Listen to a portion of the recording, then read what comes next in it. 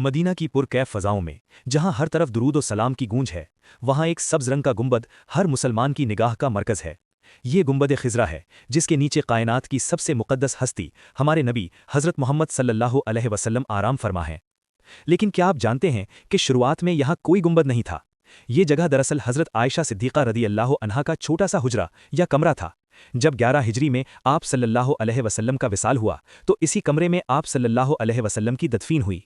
कुछ ही अरसे बाद आप सल्लल्लाहु अलैहि वसल्लम के दो सादिक साथी हज़रत अबू बकर सिद्दीक़ रज़ियल्लाहु अन्हो और हज़रत उमर फ़ारूक रज़ियल्लाहु अन्हो भी इसी मुक़द्दस जगह उनके बराबर सुपुर्द खाक हुए। सदियों तक ये हुजरा सादा रहा, लेकिन फिर तारीख बदली। सबसे पहला गुंबद 678 हिजरी में लकड़ी से बनाया गया। वक्त गुजरता गया, इमारतें बदलती गईं। इस गुंबद का रंग कभी सफ़ेद था तो कभी नीला। लेकिन फिर साल 1837 यानी 1253 हिजरी आया, जब सुल्तान महमूद ने इस पर सब्ज़ रंग करवाया, और तब से ये सब्ज़ गुंबद हमारी मोहब्बत की पहचान बन गया। जो सुनहरी जालियां हम आज देखते हैं, उनके पीछे एक राज है। हज़रत उमर बिन अब्दुल अजीज़ रज़ियल्लाहु अन्हो ने इन कब्रों के चारों तरफ एक पंचकोनी यानी पेंटागन दीवार खड़ी कर दी थी, जिसमें ना कोई दरवाज़ा है और ना ही कोई खिड़की, ताकि इस मुक़द्दस जगह की हिफाजत ता क़यामत रहे। आज जब हम सुनहरी जालियों के सामने खड़े होकर अस्सलामु अलैका या रसूल अल्लाह कहते हैं, तो दिल सुकून से भर जाता है। ये सब्ज़ गुंबद सिर्फ़ एक इमारत नहीं, बल्कि हर मोमिन के इश्क का मरकज़ और सुकून की मंजिल है।